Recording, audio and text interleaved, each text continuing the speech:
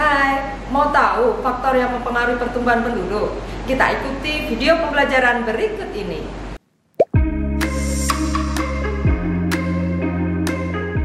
Assalamualaikum warahmatullahi wabarakatuh. Kita berjumpa lagi dalam mata pelajaran geografi. Perkenalkan, saya Reni Herawati, MPD. Kali ini kita akan belajar bersama tentang dinamika kependudukan, di mana materi yang lalu kita sudah membahas mengenai ketahanan pangan. Ya, dinamika penduduk berhubungan materi yang pertama yang akan kita bahas adalah pertumbuhan penduduk. Ya, bahwa di dalam ketahanan pangan, bahwa setiap negara itu harus menyediakan pangan bagi warga negaranya atau penduduknya. Maka ini sangat berkaitan dengan materi kali ini, di mana ketahanan pangan untuk mencukupi kebutuhan pangan masyarakatnya atau penduduknya. Nah, kali ini kita akan membahas tentang pertumbuhan penduduk. Pertumbuhan penduduk itu apa? Nah, kita harus bisa membedakan antara pertumbuhan dan pertambahan penduduk. Kalau pertambahan penduduk itu mengacunya angkanya, misalkan jumlah penduduk tahun 2022 berjumlah 275. Sedangkan kalau pertumbuhan, nah, kita bisa menjelaskannya bahwa pertumbuhan penduduk pada tahun 2022 yaitu 1,49%. Jadi kita jelas ya bahwa perbedaannya kalau pertumbuhan penduduk menggunakan persen, sedangkan pertambahan penduduk itu menggunakan jumlah penduduk atau angka. Baik, kita akan membahas apa sih pertumbuhan penduduk yang kita akan bahas ini. Nah, kita masih ingat bahwa yang dimaksud pertumbuhan penduduk ini sangat erat kaitannya dengan teori yang dikemukakan oleh Robert Malthus pada abad ke-17 atau tepatnya tahun 1789. Dan ini masih relevan pada saat ini, di mana dia mempunyai pendapat bahwa jumlah penduduk bertambah menurut deret ukur, sedangkan jumlah bahan pangan bertambah menurut deret hitung. Apa maksudnya jumlah penduduk bertambah menurut deret ukur? Kita tahu bahwa kalian belajar matematika, berarti kalau ukur itu 2, jumlah penduduk 2 menjadi 4 menjadi 8 menjadi 16 dan sebagainya dan seterusnya ya. Nah, sedangkan kalau jumlah bahan makanan menurut Robert Malthus ini bertambah menurut deret hitung. Silakan berhitung berapa? 1, 2, 3, 4 dan seterusnya. Dan ini yang dikhawatirkan oleh Malthus pada saat itu, bahwa akan terjadi pembengkakan jumlah penduduk yang luar biasa ketika penduduk tidak bisa dikendalikan. Ya, jadi tetapi ingat bahwa ada beberapa nanti juga kelemahan-kelemahan yang dikemukakan dari teori Malthus itu, bahwa Robert Malthus tidak memperhatikan perkembangan teknologi, di mana pertanian itu secara modern di negara-negara maju itu menggunakan teknologi, sehingga hasil daripada bahan makanan yang ditanam, misalnya gandum, padi dan sebagainya, itu berlipat-lipat, tidak hanya mengikuti dari deret hitung, ya. Dan ini juga tidak memperhitungkan kemajuan dan gaya hidup manusia, bahwa manusia dibutuhkan dalam makanan yang berkualitas, tidak hanya bahan pokok saja, gitu. Nah, apa saja yang mempengaruhi pertumbuhan penduduk? Kalau kita mengacu tadi dari Robert Malthus, bahwa yang pertama adalah kelahiran atau births, ya, kelahiran. Jadi jumlah bayi yang lahir, rata-rata jumlah bayi yang lahir per 1000 orang. Robert Malthus mengkhawatirkan bahwa kelahiran manusia di dunia ini, kalau mengikuti tadi deret, ya, akan terjadi booming jumlah penduduk. Maka ini sebenarnya akan menjadi kekhawatiran, tetapi ini akan menjadi bertolak belakang apabila suatu negara itu mengalami seperti yang kemarin kita mengalami, seluruh dunia mengalami pandemi, yaitu COVID-19. Maka yang terjadi adalah terjadi penurunan jumlah penduduk yang signifikan. tidak hanya pada usia tua, tetapi mulai dari usia anak sampai usia tua itu mengalami pengurangan jumlah penduduk, dan itu hampir di semua negara, ya, kelahiran. Jadi kalau nanti terjadi pertumbuhan penduduk, bagaimana pada saat terjadi pandemi ini, tentunya pertumbuhan penduduknya akan mengalami pengurangan yang signifikan.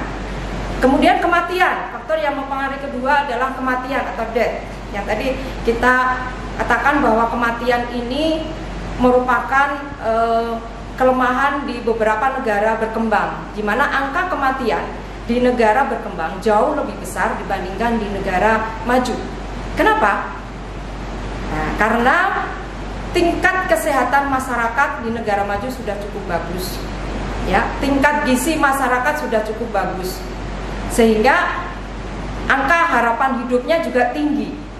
Kita lihat bahwa negara Jepang dengan satu-satunya negara di Asia, kemudian di dunia juga, merupakan angka harapan hidupnya paling tinggi, sekitar 76 rata-rata manusia atau masyarakat orang-orang Jepang itu baru meninggal. Sedangkan di negara berkembang seperti di Indonesia itu rata-rata, kalau kita lihat dari rata-ratanya, pada usia 50. Kemudian faktor yang lain kematian kenapa mempengaruhi adalah karena tingkat stres masyarakatnya, ya, ini akan mempengaruhi kematian. Yang berikutnya adalah imigrasi atau immigration. Jadi imigrasi ini berkaitan dengan penduduk yang masuk di suatu negara.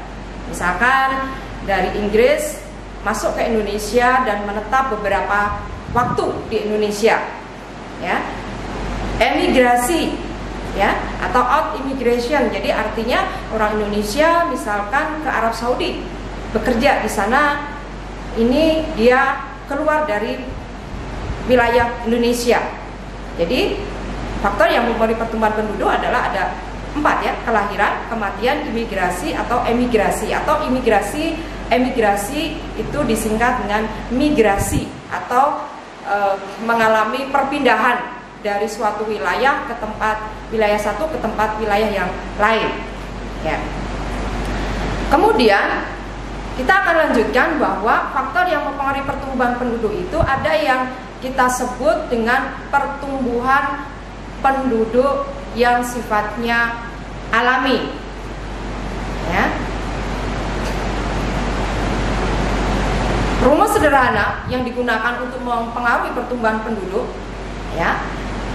Yang pertama adalah yang diikuti pertumbuhan, yaitu PO itu adalah pertumbuhan penduduk awal tahun ditambah kelahiran dikurangi kematian, atau ini disebut juga sebagai lahir dikurangi mati, itu disebut sebagai pertumbuhan penduduk secara alami. Kemudian ditambah dengan imigrasi dan emigrasi. Jadi pertumbuhan penduduk yang masuk dikurangi dari penduduk yang keluar, ya, ini. Nah, kemudian suatu negara, kita akan di suatu negara yang tadi dikatakan oleh Robert Malthus pasti mengalami, yang pertama adalah, yang paling utama adalah kelahiran dan kematian. Angka kelahiran dan angka kematian, maaf. Jadi apa itu angka kelahiran kasar? Kenapa disebut juga dengan angka kelahiran kasar atau birth rate, CBR, adalah perbandingan antara jumlah kelahiran selama 1 tahun dengan jumlah penduduk pada pertengahan tahun tiap 1000 orang penduduk.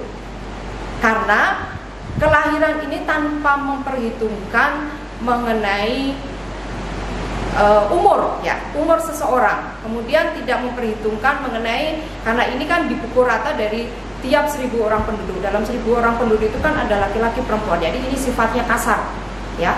Dengan rumus CBR sama dengan birth dibagi seluruh jumlah penduduk kali konstanta atau nanti diganti dengan 1000 penduduk konstantanya. Baik. Yang berikutnya angka kelahiran umum atau General Fertility Rate, GVR, yaitu banyaknya kelahiran tiap 1000 wanita yang berumur 15 sampai 44 tahun atau 15 sampai 49 tahun.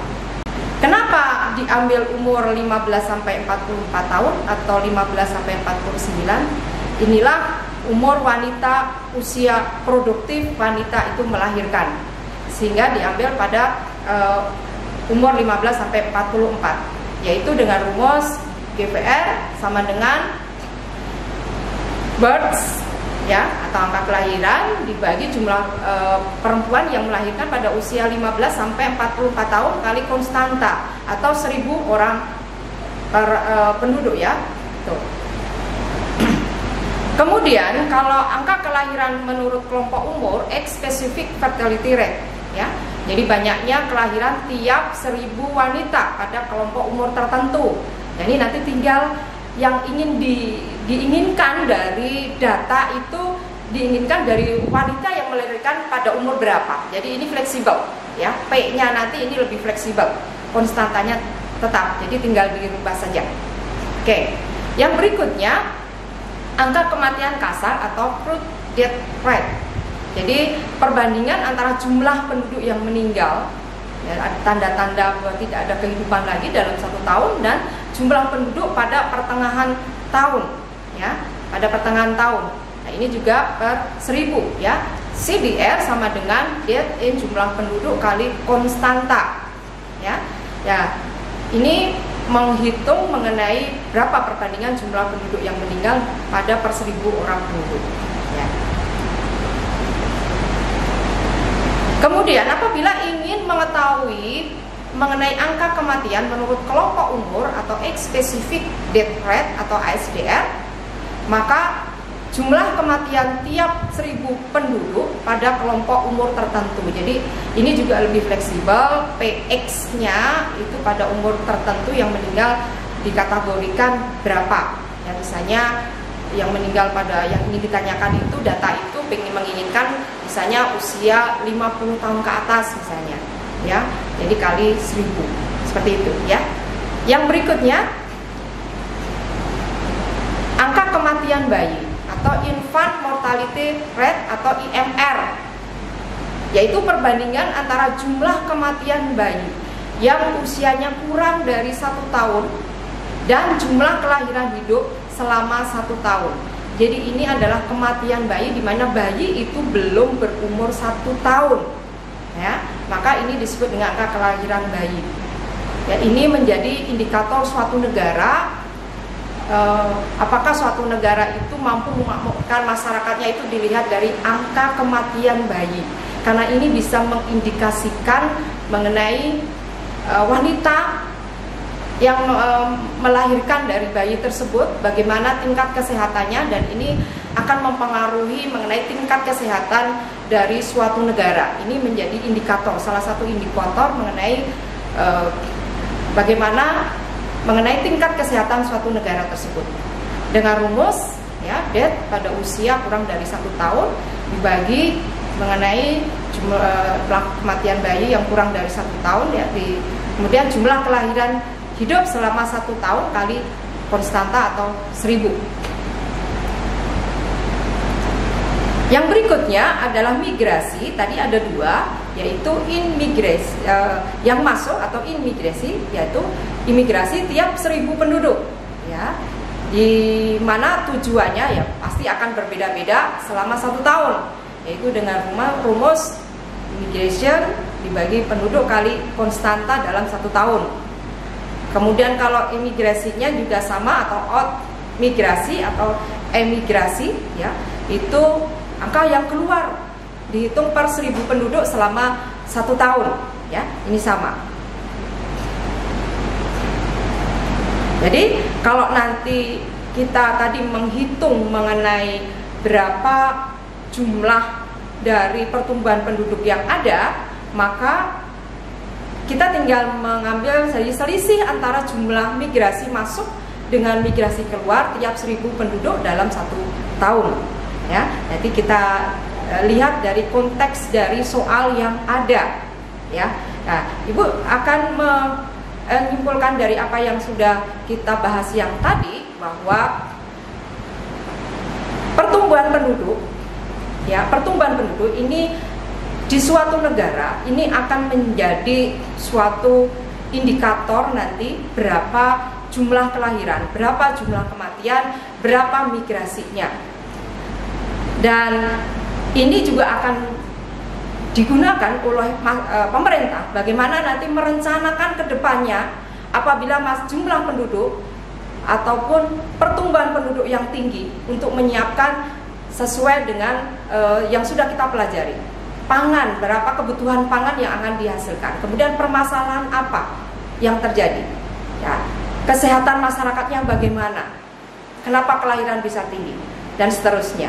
Nah, itu yang bisa kita sampaikan. Kemudian untuk berikutnya rumus-rumus ini akan kalian terapkan pada saat kalian nanti ada tugas berikutnya, yaitu observasi ke suatu wilayah. Nanti dianalisis bagaimana kelahirannya, bagaimana kematiannya, bagaimana imigrasi dan emigrasinya dalam bentuk portofolio. Silakan kalian observasi ke keluaran kalian masing-masing dan membuat laporan masing-masing. Sekian pembelajaran hari ini. Akhir kalam, assalamualaikum warahmatullahi wabarakatuh.